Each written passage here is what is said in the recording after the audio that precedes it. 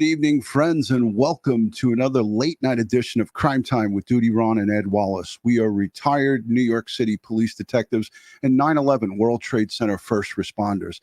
If you like all things true crime-related from the police detective's perspective, you're in the right spot. Hit that subscribe button, hit that notification bell, so you get all things DutyRon and Ed Wallace when he's available, when we go live or upload another video. Tonight, we're going to talk about the scumbag, Stephan Sterns. What's his jailhouse life going to look like? And we have a former prisoner, a former inmate who's a friend to all of us on YouTube and TikTok and across social media. Jumpsuit Pablo, he's going to be here with us. I want to get, I always have my corrections and prison executives, the correction officers. I always have Anthony from Tier Talk and, Russ and the whole crew, Connie. But I wanted you guys tonight to get an unfiltered prisoner's perspective. Jumpsuit Pablo, as you know, Paul just hit that 300,000 subscriber mark. He's on a roll. He's got 770,000 TikTok followers. They call them over there, not subscribers. They call them followers. He's doing great stuff. Facebook, all the social medias. And I'm proud that this young 32-year-old man did his time and came out on the side of good. He's 32 years young. He spent a great deal of his early parts of his life in prison, 10 years, and he'll talk a little bit about that tonight. But before we get into it, I want to say a special thank you to you, the Patreon supporters, the channel members, the folks who subscribe and positively engage in this community. You guys are what makes this a great place. And Ed and myself, we give thanks and praise to you guys, because without the live and replay and the viewing audience, we have nothing. So we want to give thanks and praise to you guys, our live viewing audience. We do live streams. We're live streamers. Not a lot of uploads. We do them because it's just a better way to give you guys some small snippets of our hour-long live streams. But that we're live streamers, and without a live audience and without you guys, we got nothing. So thank you. Thank you to the mod squad and everyone who watches and leaves that thumbs up. Hey, so he's in Osceola County Jail, right? He's in the county jail. He's charged with 60 plus counts of sexual battery on Meline Soto. This is a vile human being. Nobody likes him. He is enemy number one in not the United States, in the world. And his girlfriend, Madeline Soto's mother, Jen, who's not arrested for anything, she's enemy number two, because everyone is up in arms about her, in her own admittance, allowing her daughter to sleep in a private bedroom with Stephan Sterns. And what do you think that monster did? He took advantage of her. But now he's in a shithole of a jail.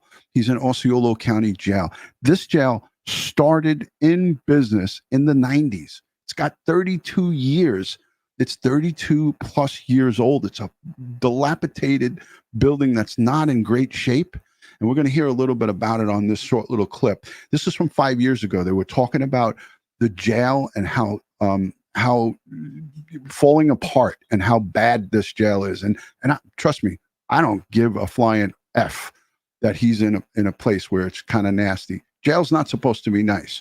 And we'll hear about that in a little bit. But let's take a listen to this report. This is from 5 years ago. Osceola County leaders are concerned about their jail. Management told us the facility is too small and poses security risks.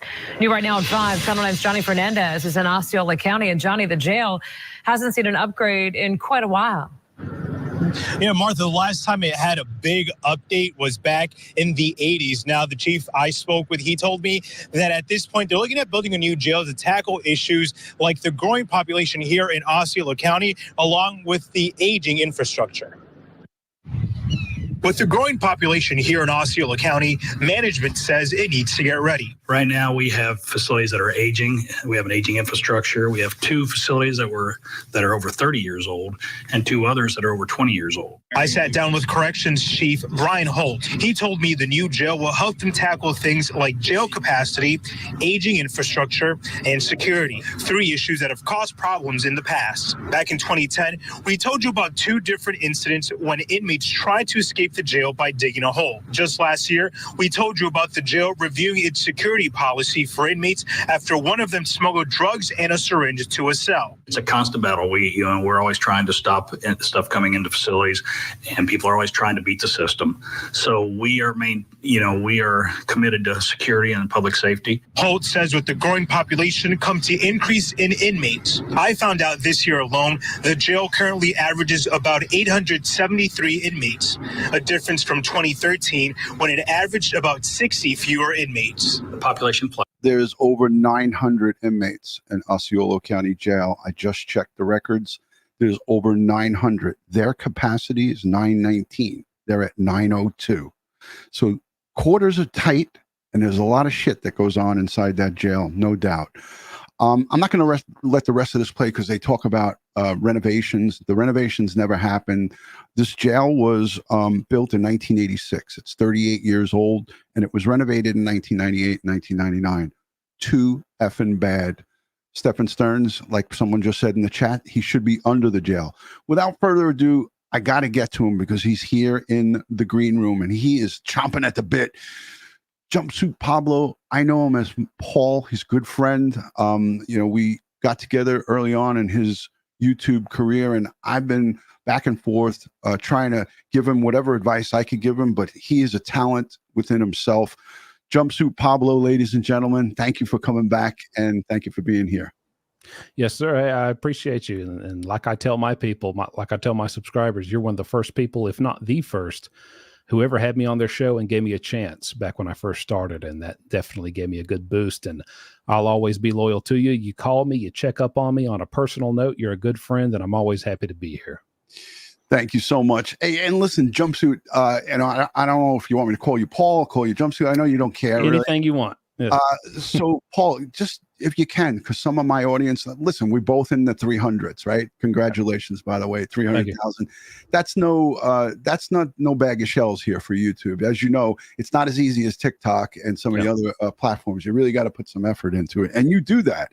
You do a great job with bringing content and entertaining your audience, but also bringing them the real deal because you spent a decade in South Carolina in prison system. And during the Murdaugh trial, you were an invaluable resource. And that's when I reached out to you. I was like, hey, this is the guy. I got to get a hold of him. And I was like hoping, I crossed my fingers. I said, I hope he wants to talk to an old bastard like me, retired cop. The guy just did 10 years. So tell the audience a little bit about yourself and, what brought you into in the prison system and whatever you care to talk about. But just introduce, because we're sharing these people. Right. So some might not know. Right. Well, to sum it up and be as brief as possible, but to give you everything you need to know, I'm 32 now. When I was about 19, 20, I was just lost on a bad path. We've all heard that story before, and just headed nowhere fast, made some bad decisions, and I committed some armed robberies. And they gave me a big hit of reality and gave me 10 years in prison. Probably should have got more. But was blessed to get 10 years, and 10 years was all it took to wake me up and get me out of wanting to live that lifestyle at all. But 10 years was also enough to watch, observe, learn, and really take, really grasp how things work, how it goes, and just all the intricacies and ins and outs in there. And that's what I feel I bring to the true crime community. I'm not so well versed in the court process or the law but I can tell you what's going to happen if they get found guilty and get sent into that cell, into that prison. I can surely do that. And because of the authenticity I bring to the prison aspect of it, I have a lot of people who are currently locked up. It's 2024. One thing people need to know is more prisoners than not have access to a contraband cell phone these days. And so they are aware of me. I'm one of the top prison creators out there. And from someone who's in there, hearing someone who's been in there, they recognize the authenticity. And so they feel comfortable reaching out to me to bring me information, send me clips, send me material to use, and answer questions and numerous other things. And so that's how I have access to a lot of the information and insight all across different states that I have. And so sometimes that affords me the opportunity to get some insight into things like Alec Murdaugh, in SCDC, or in this case, Stephan Sterns, who's down here in Florida, and what these inmates who are currently in the Florida prison system, what are they thinking about this guy? You know, what's their opinion of this guy? What are they expecting if he shows up there, and when he shows up there, and how's life likely going to be for him? So I've been able to talk to some inmates who are currently in there about that, and I have a lot of information to give on that. Yeah, and when I looked at some of your content, you had done an interview with one of your friends or one of your associates that you have in Osceola County Jail, yeah. And I thought it was interesting because he gave some really great insight into the county jail. Just for people that don't know the difference, when you get sentenced after a trial and you're found guilty and you get sentenced, you go to a state prison. So you start out at a county jail, and that's where Stephan Sterns is right now. He's in protective custody, and so many of our subscribers and followers and viewers, they all want to know, what's this guy's day to day? And you went out and you grabbed your a friend and you interviewed him, and you did it so good because you didn't expose him. I know he was all covered up and whatnot, and that's to protect his identity, because contraband cell phones can wind up getting you in trouble. Oh, yeah. It may not give you extra time, but if that contraband cell phone leads to some other illicit activities, you could get additional time onto your sentence. So as it pertains to Stephan Sterns, do these prisoners that are in the county jail and Osceola County Jail, did they know when he was coming there, hey, we got a pedo coming in here? And how do inmates feel about perps like this? And I'm calling him a perp, he's a perpetrator. He's innocent until proven guilty, but he molested, and it's alleged that he molested poor Meline Soto from single-digit years into up to 13 when he murdered her. So many, many years he was sexually molesting her and wound up ultimately killing her, murdering her.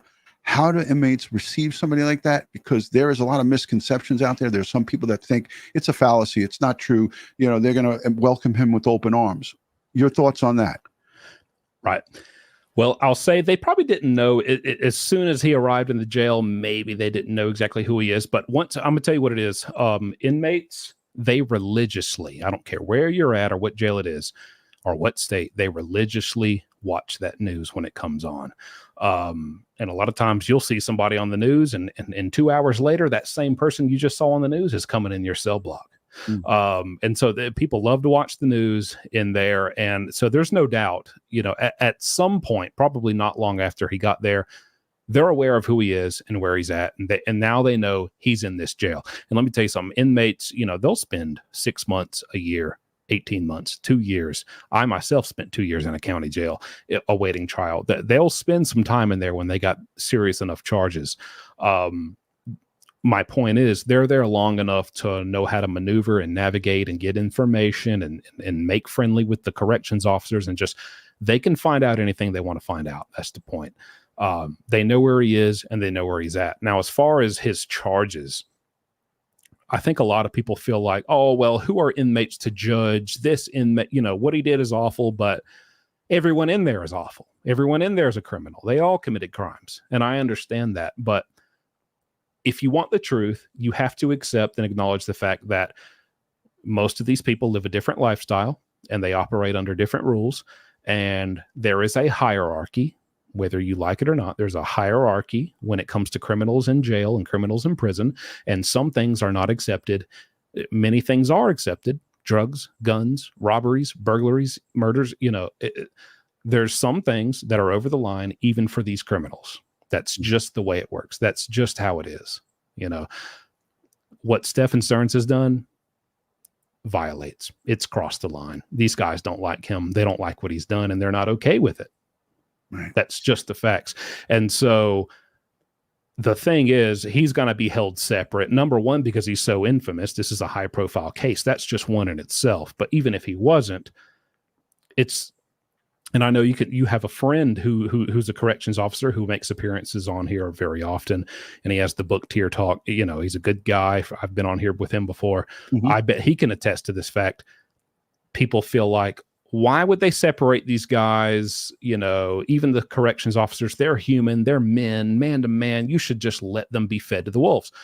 The Their thing fathers, is, they have children too. right. The thing is, that's their job, is to protect the inmates. And when you have an inmate who is at an obvious, much higher risk of being violently harmed than the average inmate, and that isn't always someone with child charges or things like that. That could be just a young ex-gang member who snitched on some other gang members. Doesn't have anything to do with kids. He's at a higher risk of being harmed than anyone else.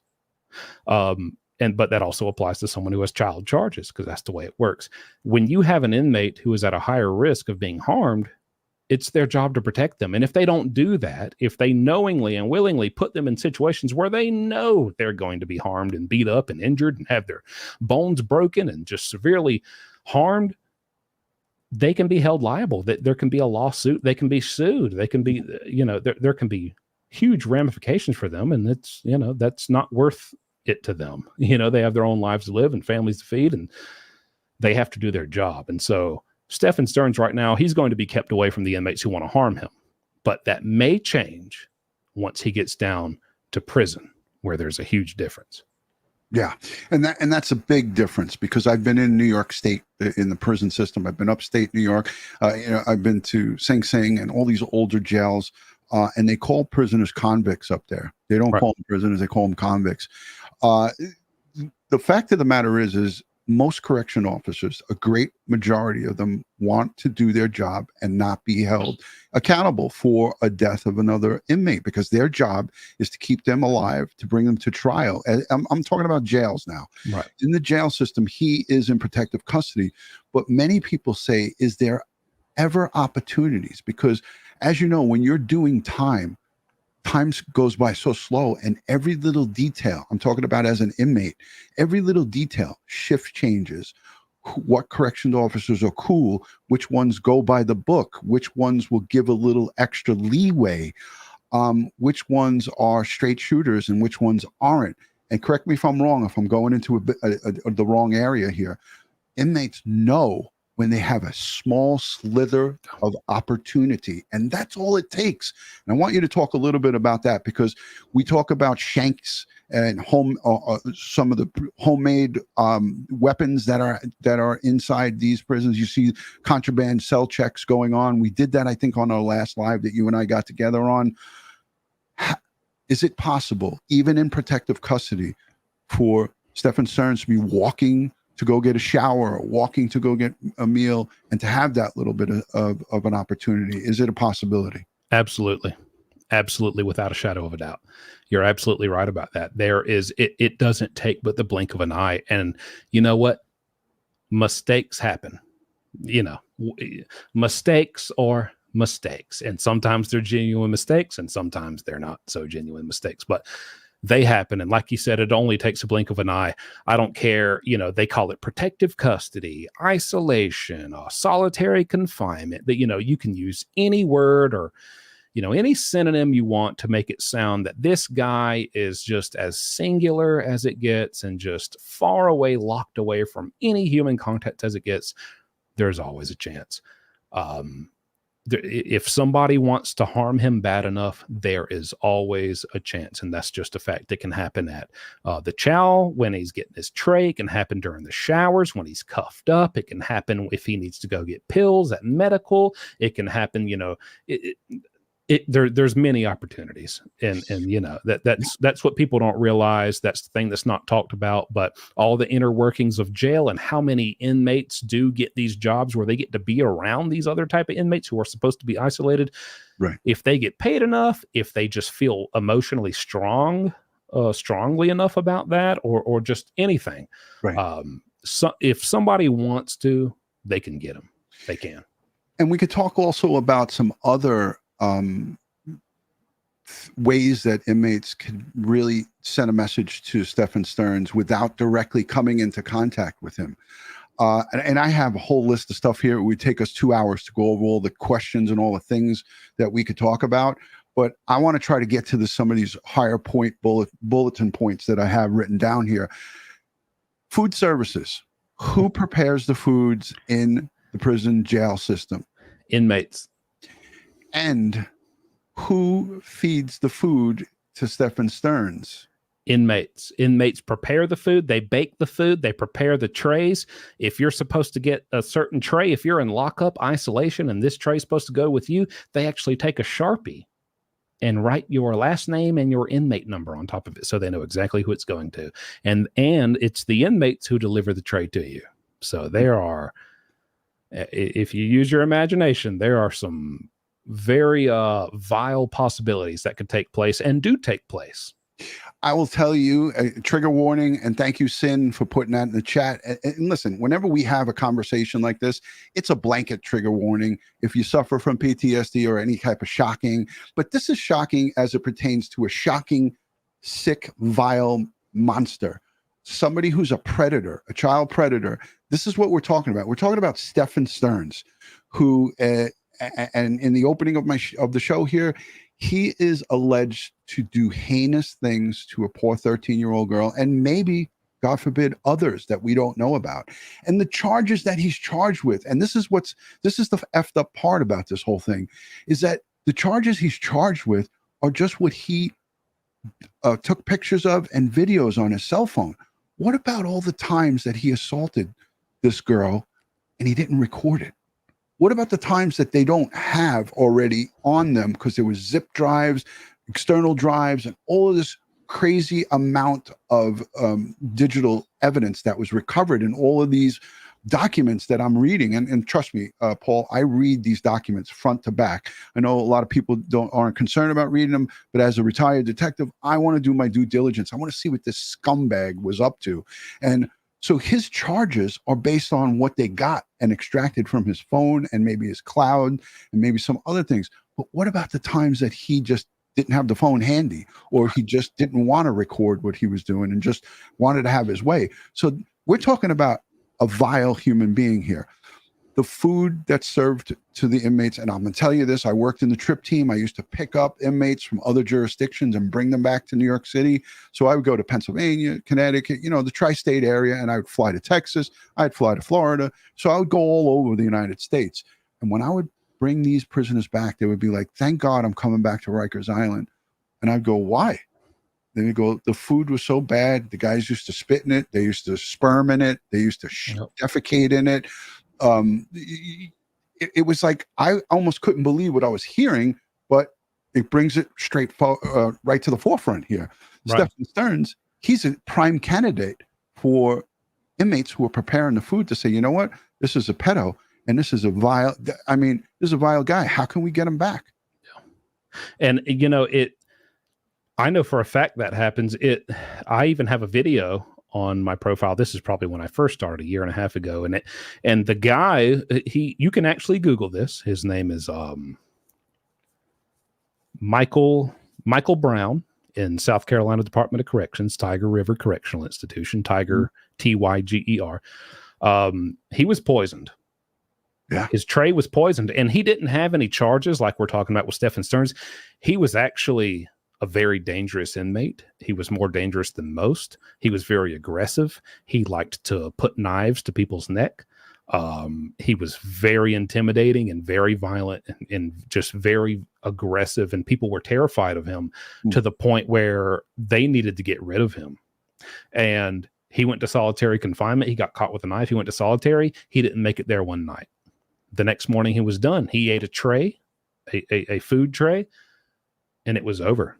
Food poisoning. They poisoned him. And it wasn't even because of his charges. It was because he was just so intimidating and so dangerous and violent, and people were so scared of him, they had to get him out of there, and they killed him. So they absolutely will poison, spit, and everything you just mentioned in a tray of a guy who did something against children. Because again, and people, a lot of the comments I get are, well, who are they to, who are inmates to judge another inmate for doing that? They're in there for their own crimes. I understand that.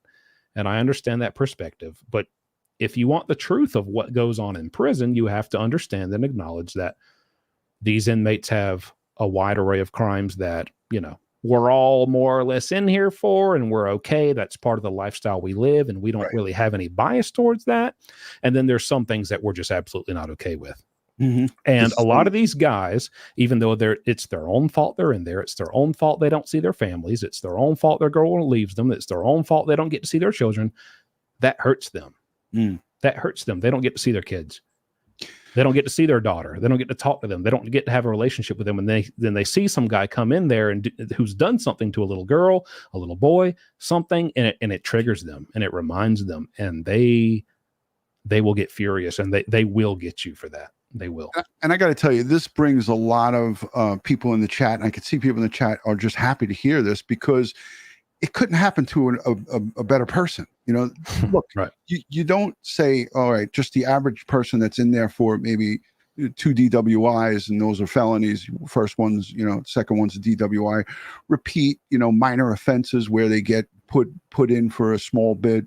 You don't want to see that happen to those folks. But at the end of the day, somebody like this, I sleep good at night knowing that this is part of the prison justice and jailhouse justice system. Right. And it doesn't necessarily always have to wind up in death. However, it does. It does in particular moments at particular times. And we could go down, like I started to compile a list today of just here in New York at Rikers Island, how many inmates die in prison. And it's a lot. A lot happens during the course of a year here in just New York City alone. And Rikers Island is the largest municipal jail system in the country. Yeah. So, or one of the largest. I wanted to get your thoughts on, this is only 2 minutes, and I don't like to waste our time with playing these clips, but Stephan Sterns early on was transported from Orange County, where he was locked up for one night. And this guy was the biggest puss. He was talking about being cold, and he was talking about a mattress and using toilet paper to sleep on. He sounds like the biggest and excuse me, ladies, I'm not saying this to be crude or rude. Sounds like the biggest pussy that is out there. I mean, the things that he was complaining to this corrections officer, and he was the transporting officer for Osceola County. Yeah. He went from Osceola to Orange to pick him up, knowing full well he had been charged with these 60 counts of lewd and lascivious molestation of Meline Soto. Didn't know that her body wasn't recovered at that time, Paul, but he knew no corrections officer that goes and picks up somebody and transports them does not get the full printout of what his charges are. It's a security issue. You need to know who you're transporting, how dangerous this person is, what his charges are. It's part of security and safety. This guy talked to him like he was his best friend. And I had a real big problem with that, because I'm not saying to be mean and treat the guy like a subhuman, but you don't need to talk to him the way this guy was talking to him. I want to get your thoughts as a former inmate of when you saw that video from the perspective that I'm presenting to you. Did you think it was appropriate? This guy was talking about classical music and cough drops and all that bullshit. I mean, what were your thoughts on that? I know the exact video you're talking about, and I'll tell you now. Now, first of all, just to address just how big of a puss he is about that. He's such a puss, dude. You're complaining about your bed not being soft enough, your blanket not being thick enough, and your pillow not being feathery enough. I mean, shut up, dude. I did 10 years for crimes that are nowhere near what you did, and I was sleeping on a metal bunk. I had to wad up my dirty clothes just to make a makeshift pillow. I got ate up by bed bugs every morning. I'd pick up a bag of my chips that I paid for. There'd be a big hole in them with chips falling out because rats have eaten through them. And that's where you're at now, buddy. And you better get used to it, and you better suck it up. And this is what happens when you do what you did. So you better get used to it and better quit complaining. But as far as the way this officer talked to him, I agree. He definitely didn't have to be that nice. And a lot of people were upset that he was that nice. I want to try to put myself in his mindset and in his shoes and understand why he was so cordial with him. I can only imagine that, if I'm coming up with things for him to justify it, I imagine maybe he knows this is a high profile guy.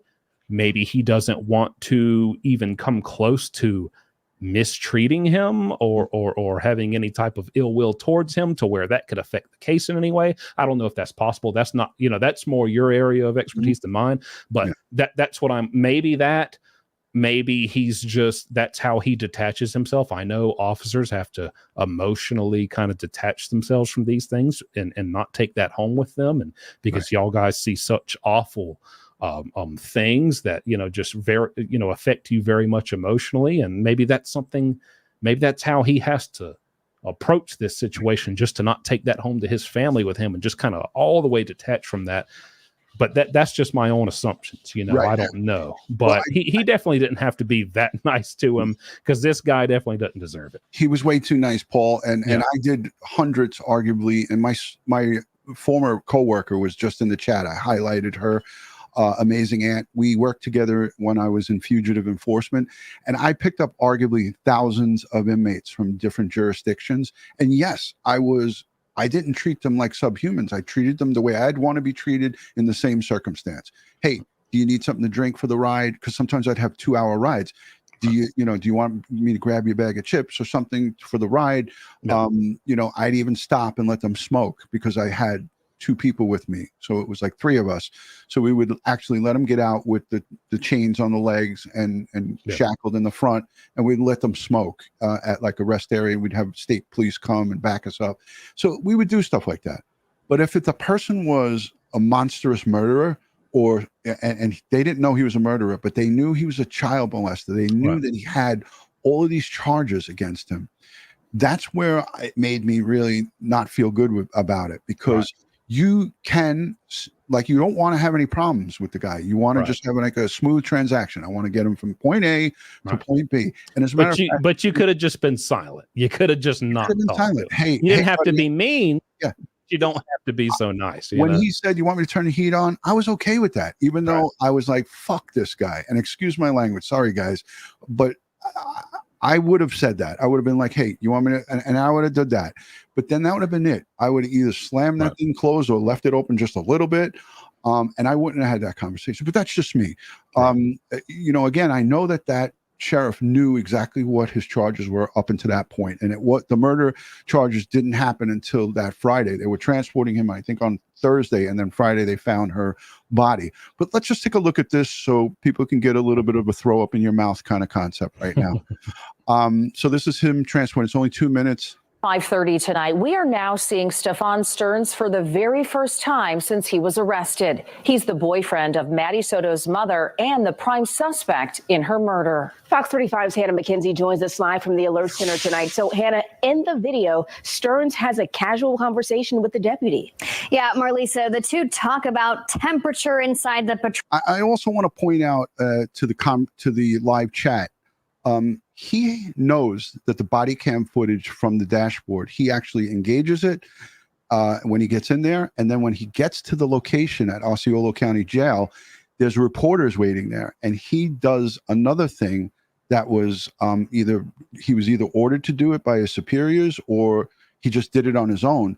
He backed out so the cameras couldn't get him again at Osceola County Jail, and went into a gated sally port. And you see it in the reflection of this glass right here. On this part of the partition, you see the metal gate go up, and he takes them in so the reporters can't get a visual of him. And I'm going to show you that at the end. And that was another thing that I don't know if he was ordered to do that or if he did it on the fly. But he saw that they were waiting for him. He was backing in, and then there was like 5 or 6 reporters there. And he just got on the radio, came back in the car, and then talked to the control room and had them open up the sally port so he can get in there without having cameras stuck in his face. I would have been like, "Oh, you going straight in? You get out. Just get out right here. Here we go." Patrol car, even which cough drops they like. This video was taken from inside the deputy's SUV as Sterns was being transported from the Orange County Jail to the Osceola County Jail. The 27-minute drive is quiet for the most part, but within the first few minutes, Sterns can be heard complaining about how hard it was to sleep in jail. Take a listen. Couldn't regulate sleeping on bare metal. The first night I was on a concrete floor with a roll of toilet paper for a pillow. Nothing else. Begging for a blanket or a pad to sleep on for like 2 days. I think they were supposed to do something like that. Now, what's important to point out. Hey, Paul, Yeah. Don't you know that this sheriff knows exactly what conditions are inside of Yeah, jail? it was, I saw this when it first came out, and I thought it was so funny that he was acting like he couldn't believe that that's, how they treat inmates, when the whole time that's how it goes. I mean, I would just be like, "Hey, dude, you're in jail. Yeah. You're in jail, and Listen, charges against you are pretty serious." There's going to be a whole lot of requesting, a whole lot of begging, and a whole lot of asking, brother. You better get used to it. That's going to be the rest of your life, basically, most likely. Let's talk about your connection and the conversation. I'll take this off the screen. The conversation that you had with your buddy. You asked him some specific questions. I don't want to play that, but I'm going to tell people, I'm going to link it in the description here, if that's all right with you. If you want to go and watch the full interview, I think it was like, I don't know, you made it nice and short. It was like, what, 17 minutes? Yeah, it was about 8 minutes. Yeah, 8 minutes. Right. So just talk to the audience a little bit about your maybe some of the stuff that you didn't put on the video. You asked specific questions about Stephan Sterns, right? About his care and custody and how he was going to be received. And basically your guy said that he was going to be made into their bitch, sort of. Oh, yeah. Of course, I do a lot of assessments about people like this, who are widely covered and have a court case going on. And there's a couple areas I always try to hit when it comes down to what is their experience most likely going to be when they get to prison. And of course, the best way to do that, every prison in every state all across the country is different. And so the best way to figure that out is, number one, just go to someone who's in that prison. So luckily I was able to have a source who was in Florida prisons. And he told me, at first I wanted to ask him, do y'all even know who this guy is? Are you aware of him? Have y'all been watching the news? Are inmates already expecting him?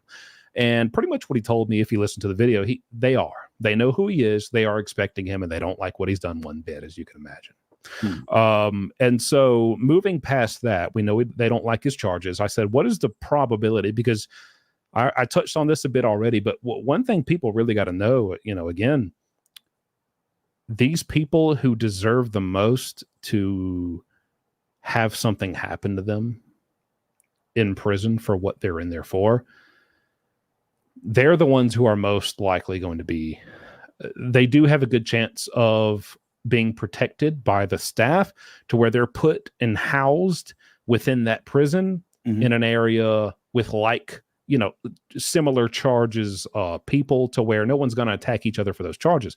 But that's not always true. That's not just cut and dry how it works. And so I asked him, what's the likelihood that he does come in general population? And what's the likelihood that he doesn't? And he said, it is possible. Maybe what's more working in his favor than his charges, as far as keeping him out of general population, is his notoriety. This guy is widely covered. He's all over the news. That alone might keep him in, they usually it's called protective custody. They have something called PM, protective management, down there. Yeah. And the thing about that is, they can keep, usually in protective custody, they can keep you there only for a certain amount of time. And then they have to let you go back into Gen Pop. Protective management, they can override that and keep you there as long as they want, even if you're against it. But there is a chance he could go into general population. And basically, if he does, the inmate, he told me, it's not like kind of how you may think if you've seen the movies and TV shows, like as soon as he sets foot in the cell block, they're just gonna swarm him and just put metal all through his body. It's not necessarily going to be that. They're going to look for, how can we make this how can we make this inmate service us? How can he benefit us? How can he improve our lives? How can we, like you said, pretty much make him our bitch and find any and every way for him to do what we want him to do to improve our lives? And the second, if you do that, you're fine. But the second you want to even think about having a backbone, having a pair of balls, having a bit of guts, standing up, going against that, we're going to beat you. We're going to beat you into submission. And they will beat him into submission. So what he's going to be doing, he'll probably be washing clothes for the high profile inmates.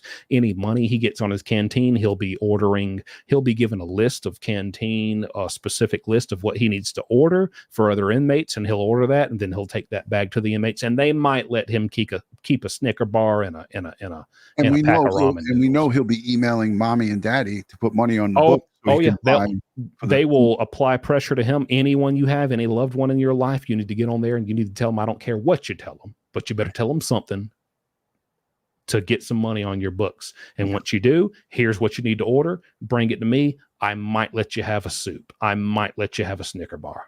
Mm-hmm. Here's the thing too. This facility has a capacity of 919 inmates total. If all the cells are functioning, and I know that a lot of these cells get condemned or they get shut down. Yep. Some of them that have mold, some of them have stuff. So with the situation that's happening here in Osceola County, 902 inmates as of yesterday. Some come and some go, some get released. It's like every day the numbers change. You got incoming, you got outgoing, but it's 902 inmates. And basically that's like a hotel that's at capacity, Yeah. So they're busting at the seams, and the opportunity for mistakes to happen or for the opportunity to have that one little moment is high in this type of situation. I'll tell you what happens, at least in my experience, what they're going to do before they just let people go to minimize that capacity. They're not going to do that. Mm-hmm. They have something called, we used to call them coffins. They call them stacker bunks, but they have something called coffins. And they're these makeshift, like hard plastic. They look like coffins. That's why they call them that. But hard plastic, body sized, little things that you drag into a cell, and you can put a mat, it's like a karate mat, very crude, uncomfortable mat. You put it in that, and that's what you sleep on, and you put it on the floor. And you might have 2-3 inmates in a cell. You reach maximum capacity. Now they're bringing inmates in, and they're going to give you a coffin, and you're just going to put it on the floor. And if somebody has to pee or use the bathroom, you'll have to drag your bed out of the way and stand up and let them pee. They'll let you get crowded. They don't care. They'll let you get crowded. And like you said, you get crowded, people start getting put in places where they ain't supposed to be. People start getting stacked up in cells where they normally wouldn't be put at. And that definitely increases the opportunity for stuff to happen. Tori Byrne says, we call them boats over here. So yeah. Boats. Yeah. And how's the air conditioning in these facilities? Is it top notch? Is it? Oh no! Just as everything, it's very unreliable. The summertime, they say the walls start sweating, and that's just from so much like condensation. Like you can touch the wall and it's wet, and that's how it is a lot of times. And then in the wintertime, you're freezing, and many times they'll keep it freezing because they say it kills germs, cuts down on staph infection, and you will be goosebumps 24/7. You're never really comfortable. You really never are. Yeah, and it couldn't happen to a better guy. We're talking about Stephan Sterns here. We don't really give a rat's ass about what was happening to him. Kitty KU, a channel member, a good friend, she says, I thought men peed sitting down in prison. I don't think so. There's nowhere to sit. It's a metal rim, right? Yeah, guys don't really want to sit down. If they sit down, it's go number 2, and they're going to put their sandals on it so that they don't have to touch the bare metal, because that's a very quick way to catch staph infection. I know why you think, guys. Whoops. If you're standing up, they don't want there to be any splashing, because the toilets are so close to the beds that there might be some splashing. But they don't sit down and pee. What they do to counteract that is they'll constantly press the flush button. And so as your stream, as your stream is going in, it's just automatically going down, and you'll just hit that flush button a lot. Right. That's what they do. What you're getting, folks, here is the real deal. And thank you for that. Thank you for that descriptive description. Yeah. But yeah, this is, he spent a decade in South Carolina Department of Corrections. The Department of Corrections it does vary facility to facility, but the actual things that go on inside most of these places, it's pretty common and it doesn't really deviate that much depending on where you are. But I wanted to show this quick, and I've already broke my promise to you because we're 40 minutes into this thing. I'm sorry, brother. I'm sorry. Right. I'm sorry. I owe you.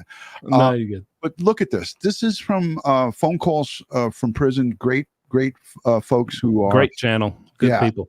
Please, I'm going to link it in the description. Go over and subscribe to them. I believe husband and wife team. They're awesome, awesome. But this is what I was talking about. He's backing into Osceola County Jail with Stephan Sterns. And look at him. Look at how he's peeping. Like, what a freaking creep, right? He does that throughout this whole ride. Like, I know you screenshotted and saved the one where he was looking at this guy and like looking at him like he was going to try to do something. Yeah. But dude, look at the way he peeps. And you know what I noticed during his car ride I took note of this. At one point in this car ride, he actually looks at a little boy on a scooter on the sidewalk, and he was looking straight forward like this. And you see the boy go by here, and he sees him, catches him out of his right eye, and he homes in on him and looks at him. It was so creepy. Did anybody catch that? Please let me know in the chat if you caught that. But that was freaking creepy what he did there. Kid on a scooter, 12:55. Let me go to it and let me see if DutyRon's on point here. 12:55. All right, so he's going to be here on the sidewalk. Here he comes. Watch. Wait. Look. He's looking at him. Wow. Look at him. Dang. Yeah, he didn't have to look that hard. Come on now. So I just caught that just today as I was reviewing that video. But let me go to where he pulls into the Sally Port, and you see all of the reporters. They're right here. He's backing in, and he notices it right here. They're out here with the cameras. See him? Yeah. He sees them. He's backing in. Look. 1, 2, 3, 4, 5. He's trying to hide. 6. There's 6 of them. 1, 2, 3, 4, 5, 6, 7, 6. Wow. Plus him. Watch.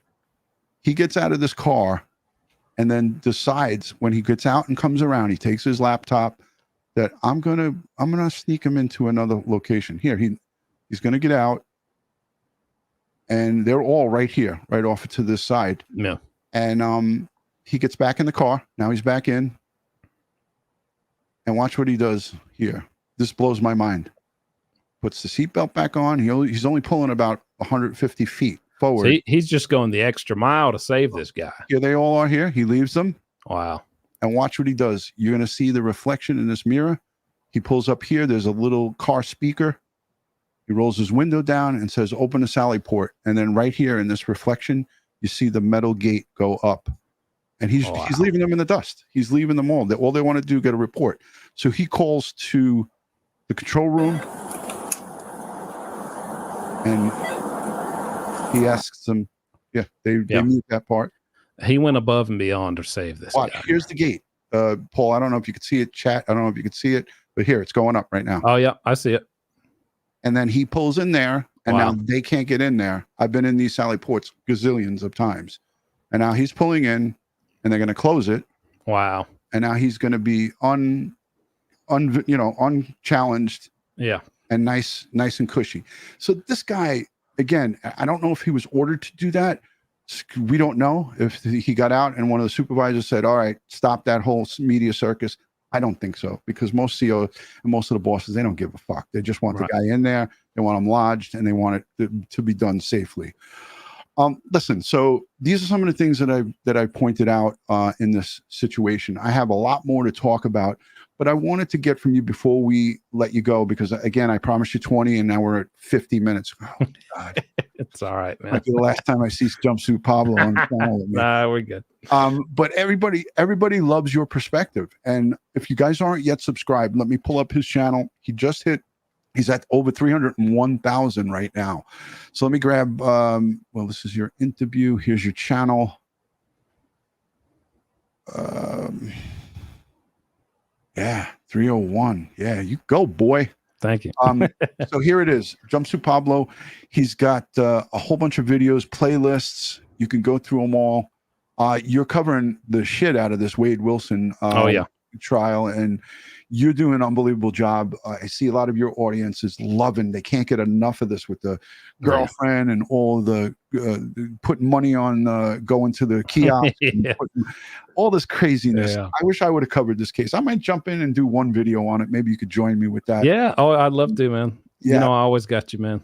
Yeah, because I want to look at this, but this is his channel, and I'm going to go to his TikTok. I'm not signed into my TikTok here, but Jumpsuit's TikTok is at 770.6 thousand followers, which is unbelievable. Thanks, man. You're killing it on TikTok. So if you guys have TikTok, go over there and check them out. I'm going to just show you quick, just so Paul doesn't get mad at me. I want to show you quick on my phone. Here we go. Hold on. Subscribed. Yeah. That's my TikTok. I have like 12,000 subscribers on there. I don't do shit on it, but I should probably. But gosh, there's a whole bunch of stuff on TikTok. If you guys aren't following him there, you do, there. I think you're Facebook too, right, Paul? I have an Instagram. I don't do Facebook yet. Okay, gotcha. Maybe I call it Fake Book. Yeah, I'm not a big fan of Facebook, but Instagram, I do a little something over there. All right, cool. Hey, if you don't mind, I've already dragged this out for a little bit with you, but everyone's saying great show. Let's, in fairness to the chat, because our chat, as you heard me say in the beginning of the show, this is what is the heartbeat of all the channels. When you do lives, your chat, and your people who leave you comments after you upload a video, that is part of the algorithm. That's part of content creators' engagement. And I can't stand when people don't engage with their audience. I see too much of that, and we deserve better. I think I'm a viewer, just like when I go over to your channel, I'm a viewer just like the live chat here. So hashtag JSP, we'll make it easy. Hashtag DutyRon, questions pertaining to Stephan Sterns. And should we open up the floodgates for Wade Wilson? I'm not going to be able to answer any of those questions. We can do whatever, anything they want. Let's go. Hashtag the shit out of the chat with JSP or DutyRon. Yeah, moderators, replay viewers, you guys are awesome. We love you. Super, super cool. A lot of great people. They do it for free. Joanne Murphy says, no rush. He's a great guy to hang out with. I'm 60 and he's 32. He doesn't want to hang out with his grandfather. I mean, come on. Hey, DutyRon calls me all the time, and we have good conversations. Yeah, we do. I've been friends with Jumpsuit for probably close to a year now. Yep. Natalie says, I hate Jen Soto. And guess what? You're not alone. You're not alone, my friend. She is enemy number 2 as it pertains to the bad mother of the century award. Letting your boyfriend sleep with your daughter is never a good idea. I don't care how much you trust him or how close you are. Allowing an adult male to sleep with your daughter in her single-digit years in a private room, and up until the night she was murdered by said person, allegedly, allowing her, because you have anxiety, to take your daughter to your father's old bedroom and have his way with her and ultimately kill her, that doesn't gain you Mother of the Year award. That gains you Shithead Mother of the Year award. All right, let's see. Hashtag DutyRon. Here it is. Here's one of your fans. JP is hot. Just saying. Jack Stormo. Hey, you got a lot of fan clubs. You got a lot of ladies out there. They love you. Nana of 2 says, great show. Love seeing Paul on your show. Thank you, Nana. Melly is here. Okay, Angela, a great friend, Long Island native, says, JSP, how often does Stephan Sterns get out of his pod or his cell in a day? That's a great question.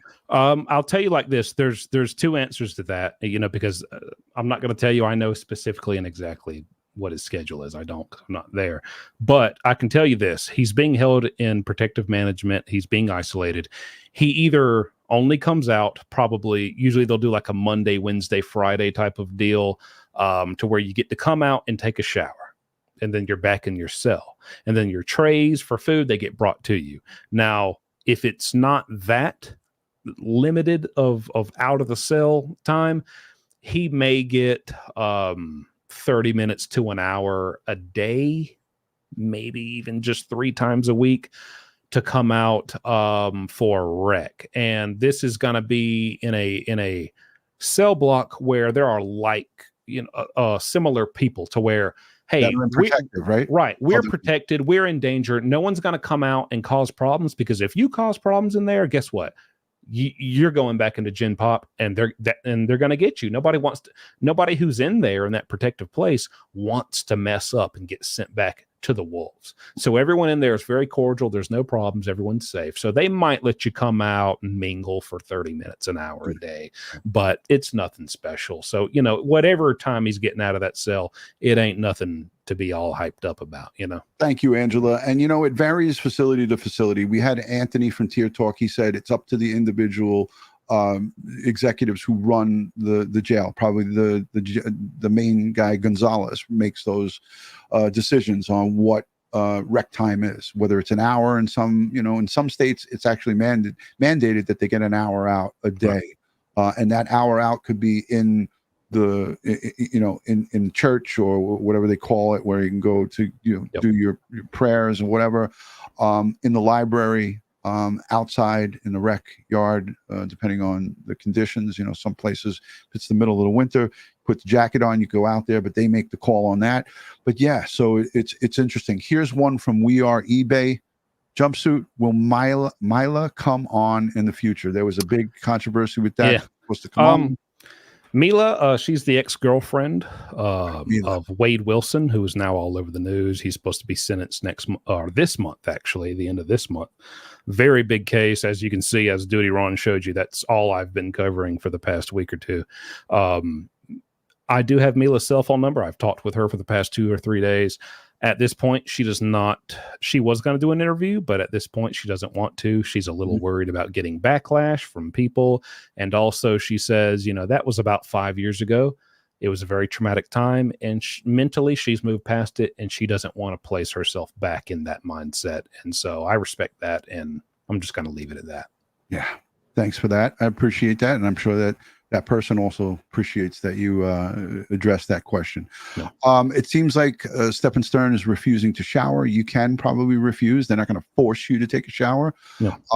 Some places do, for hygiene purposes, force you after a while, and they'll hose you down or whatever. And he refuses to go to court. It's not refusing. He has that actual right in the state of Florida to waive his appearance through his attorney. It's not that he's controlling the narrative, folks. And thank you, Mary, for that question. It's constitutionally his right not to go to court, even though we hate it and we think it's bullshit. And we go, if it's up to us, it would be oh, hell no. Get your ass to court, bitch. But he's doing it through his attorney, and it's not something that he's trying to control the narrative. It's so frustrating. It gets us all up in arms, and rightfully so.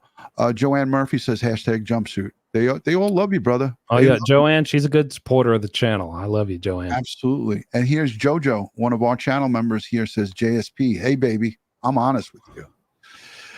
She loves you. Kirsten Miller says, at DutyRon and JSP, any chance for jailhouse justice? We addressed it. Absolutely. There's a very good chance of jailhouse justice. And we talked about Chris Watts, too. There's just been recent new admissions of guilt or whatever, all this craziness. It's unbelievable that it's since 2018 he's been in. Nothing's happened to him, of course, that we heard about. Right. Happened to him. One thing I'd like to say about jailhouse justice and Chris Watts and anybody, I think a lot of people expect, hey, if something's going to happen to somebody because of their charges and they're just everything's screwed up with what they've done, within the first week that they get in prison or down there with those inmates, they're done. And that's just not the case. More often than not, you got to understand, a lot of these guys, they're going to have life or 20, 25, 30. There is plenty of time for these guys to get them. And these guys are in no rush, because the least likely time that these inmates are going to serve up some prison justice is immediately after they get to prison, because these guys, they're on the radar. Yeah, they've been putting hands on people. They've been serving up prison justice for decades now. They know how to operate, and they know how this works, and they know that all eyes are on this person as soon as they get there. They're not going to go ahead and put hands on this guy. They're going to wait. They're going to let things cool down. They're going to let everybody get their focus off this guy, and everybody feel real nice and comfortable, and then they're going to get him. And that can take years. So people need to understand that. Decades, because Chris Watts has got life without parole. And a lot of the like-minded, as you said, inmates that are around this scumbag, they're also serving life without possibility of parole. So if you think about it, what do they got to lose? They got nothing to lose. And if they really have a hard-on for them, they will wait it out. And that could be a decade or two. That could be when this guy is in his elder years and in his 40s, 50s. And I talk elder years, 40s, 50s, because jail time, you go in there in your 30s and you're in there up until your 50s and 60s. That's like that's like equivalent to 90 and 100. And you get up in there, right? I mean, people don't do well in jail over time because you're not getting the most, as you said on the previous live stream, you're not getting quality health care. You're getting the bare minimum where I put a stethoscope on you. Okay, breathe. Okay, go back to your cell, you know? And that's how it goes. So Blondie says, great broadcast and collaboration. I agree. And I hope that we get to do more of these because it is really, really, I think, eye-opening for a lot of people. Simplify channel member, and I believe supporter of your community as well. Is Stephan going to have his own TV/computer in protective custody? We know he's got a tablet. He's got a tablet. Many prisons and eventually all prisons are getting to the point where they are giving state issued tablets to every inmate. I think a lot of people are under the impression that they can get on the internet and social media and just send texts and do anything they want on these tablets. These aren't tablets like you and I can go get at Best Buy. These are tablets that are monitored just as the prison phone calls are. These are tablets that are monitored by the prison. If you send a message to someone, it costs them money, and there is someone monitoring those to make sure that you're not, they're keeping an eye on what you're saying and who you're communicating with. You can pay for some basic TV shows, some very basic crappy mobile games, radio. You will have that. And the reason they're doing that is because it is such an issue with contraband cell phones, the demand and the desire to get contraband cell phones in. They can't stop it. They do stop it sometimes, but more often than not, they can't stop these contraband cell phones coming in. And that's something once you have a cell phone, they can't monitor that. They don't have control over that. And there's a lot of illegal things that happen once you get your hands on that cell phone. So they're trying to implement this as just some way to take away the desire for inmates to seek out getting contraband cell phones.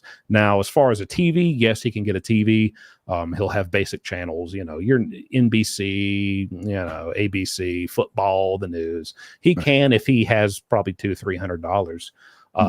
But other than that, that's about as good as it gets. The company they use is called JPay Incorporated, and they provide emails to the inmates. And we heard Stephan Sterns talk about the tablet that he has to share with a bunch of other inmates, and it runs out of battery and it's low and blah, blah, blah. He's complaining about that. It's so much bullshit.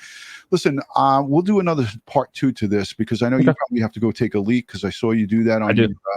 I got to go bad. You're turning green right now. So let's just go to you for final words, and then you can run to the bathroom, and then I'll wrap it up. All right, man. As it pertains to Stephan Sterns and him waiting to go again, he's a death penalty case. He's going to be facing, if convicted, he will be sentenced to death in Florida. So what Stephan Sterns look like when his trial is going to commence in October? What's between now and October look like for him? Well, between now and October, I mean, I'm sure it'll just be stressful. It's just going to be more of what we've been talking about. Now, if he gets the death penalty, that's the thing too. We know, I'm sure too. If you get the death penalty, that don't happen the next day. You're still going to do probably 5, 10, 15 years before they even inject you. And so that sucks because now you got to do all that time and you're still going to get your life taken away from you. But doing it on death row, isolation, no human contact, there might still, like we talked about, mistakes happen. Something could happen to them, but I'd say almost just, I'll tell you myself, I can take a whooping, and keep pushing. But if you isolate me, just the mental and emotional anguish that's going to do to me, spending 5, 10, 15 years without human contact, isolated. I mean, that I'd probably rather get beat. I'd probably rather get beat up and still be around people and just take my lumps. What that's going to do with it, it's going to be torture. And hey, that's probably what he deserves. And then, then he's going to meet his fate. So that's what brother. I foresee for him. Thank you, Paul. So this has been an hour and 4 minutes of Stephan Sterns, jailhouse life, what it's going to look like for him from the perspective of former inmate himself, Jumpsuit Pablo. I want to thank you for being here. I want to thank you for your sharing your community and continued success on YouTube. I know you're going to hit 500,000 and then 1 million, and hopefully I'll start catching up to you because you got a lot of great content that you put out there, and I hope that we could collaborate more in the future. Look forward to it. For sure. All right, Paul, thank you for joining, and I will wrap it up solo, and I'll talk to you soon, brother. All right, man. Thank you. And hey, thank y'all. Thanks to the chat and all the DutyRon viewers. I love y'all and I appreciate y'all. I'll see y'all later. All right, there he goes, Jumpsuit Pablo. That was an honor to have him on and hang out with us for over an hour. He said he only had 20 minutes, and I really pushed the envelope with him. Time just got away from me, and I thought it was a great conversation. I wanted to play this because we get to listen to Stephan Sterns bitch and moan about his tablet and all of the bullshit that he's asking his parents for in jail. Let's take a listen to this. I believe that there's still some hope for his case while his mother makes reference to others possibly being involved. One day after Stephan Sterns' trial was delayed, the state attorney's office released this 64-page document of email correspondence between Sterns and who appears to be his parents. The conversation starts off with Sterns complaining about life in isolation, saying, quote, "It's not exactly the Ritz, it's a small cell and the pod is quite noisy. The mat is flat and has very little cushion left. The cell is small, filthy, and has some spots on the wall that appear to be bloody fingerprints. It's supposed to be filthy. You're filthy. That's the reason your cell is filthy, because you're filthy." He later complains of his coffee supply running low and continues to ask for a book. It's an odd conversation for the 38-year-old accused of 60 counts of sexual battery of a child and for the murder of 13-year-old Meline Soto. Detectives say Sterns is seen on surveillance video driving around with Soto's dead body in his car before allegedly dumping her in a rural field in February. In an email dated June 25th, Sterns tells his family, quote, "There's still perhaps a slim hope for my situation." He goes on to say, "I maintain hope that I might be able to come home once this whole nasty business has reached its end, and ask that you both remain hopeful as well and continue to pray for me to be delivered home again." A redacted email is then sent back to Sterns, signed Mom, that alludes. I got to stop that just for a minute. Could you imagine that he makes that statement that he hopes to be home again once this nasty business? What the hold on. What is this guy talking about? I mean, is he delusional? This got my blood boiling when I saw this. "I maintain hope that I might be able to come home once this whole nasty business has reached its end. And I ask you both to remain hopeful as well as continue to pray for me." What about praying for the girl that you murdered? What about the praying for Madeline Soto? Give me a break. "I maintain hope that I might be able to come home once this whole nasty business has reached its end, and ask that you both remain hopeful as well and continue to pray for me to be delivered home again." A redacted email is then sent back to Sterns, signed Mom, that alludes to some accusations. She says, "We all know Redacted was heavily involved in this, and I'm disgusted that she's free and you're not, when this is not all your fault. You need to think about yourself more and her less. She sure isn't thinking about you and how she can help you right now. That whole family is willing to stay quiet and let you take the fall for everything." Now, this is in June. His mother, the mother of Stephan Sterns, Deborah, said in February on the 28th, when she was interviewed by detectives, that her son was a monster. She had a change of heart. June 25th, she sent this email to her son in jail. On February 28th, when she was interviewed in her home, she said that he was a disgusting monster. What changed between February 28th and June 25th? Family is willing to stay quiet and let you take the fall for think about yourself more and her less. She sure isn't thinking about you and how she can help you right now. That whole family is willing to stay quiet and let you take the fall for everything.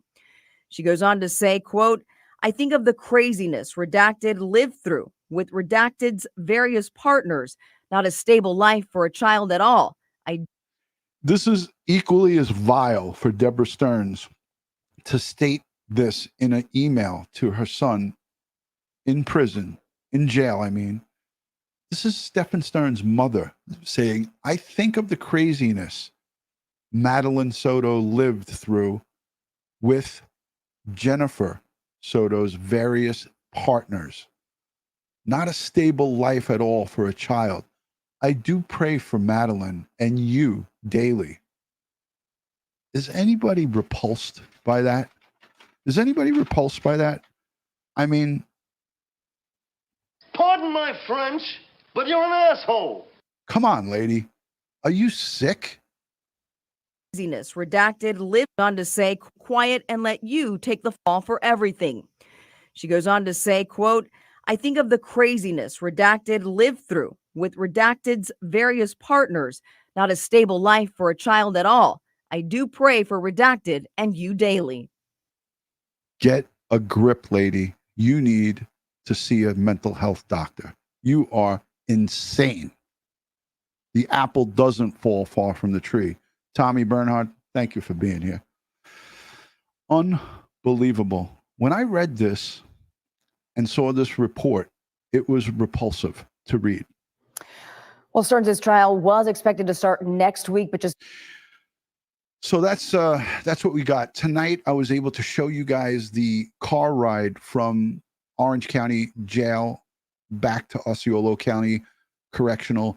And that car ride, we saw a couple of things. We saw Stephan Sterns look at a young child on the sidewalk during that transport. I'm not sure if many people pointed that out or saw that.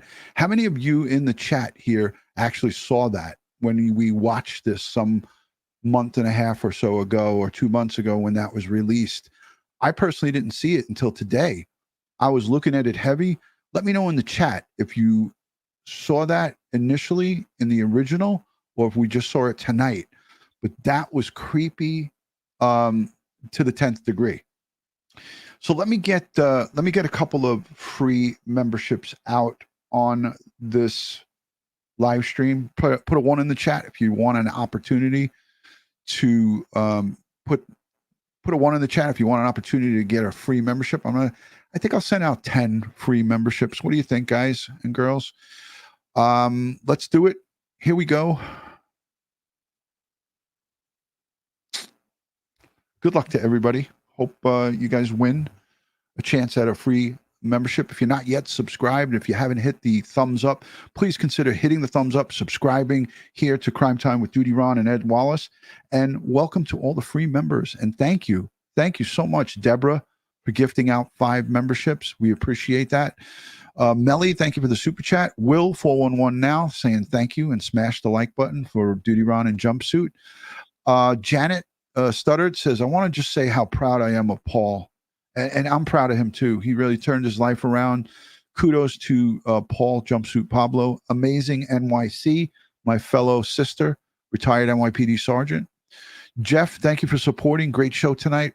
Glad that piece of shit is not at the Ritz. Absolutely. Jeff, again, hope that officer isn't a chomo too. Sad if true. Yeah, 100%. 100%. Thank you for gifting, Deborah. Thank you, Will, for gifting out 5 memberships as well. I think that takes care of all the supers. If there's any other questions, I'd like to answer them here before we end.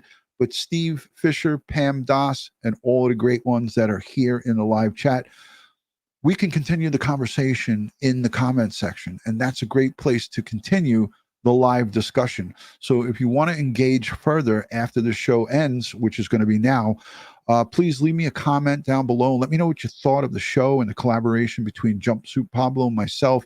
You know, Paul and I have been friends for about a good year now. So he started out, we got together, we talked a little bit about YouTube and how to navigate the YouTube streets, and it's just became a great friendship. And I'm happy to have him. I'm thankful that you're all here. You know, I don't take anybody's subscription. Subscribing is free for granted. I don't take any of the subscriptions for granted, and I thank each and every one of you for it. I'm just an old retired detective from the NYPD, and I just got some knowledge as it pertains to prisoners and running down bad people. I worked in fugitive enforcement for over a decade, and I worked in the toughest streets of East New York and Brownsville in the NYPD for a long time. So take a chance, hit that subscribe button, and give us a thumbs up. Thank you so much for joining.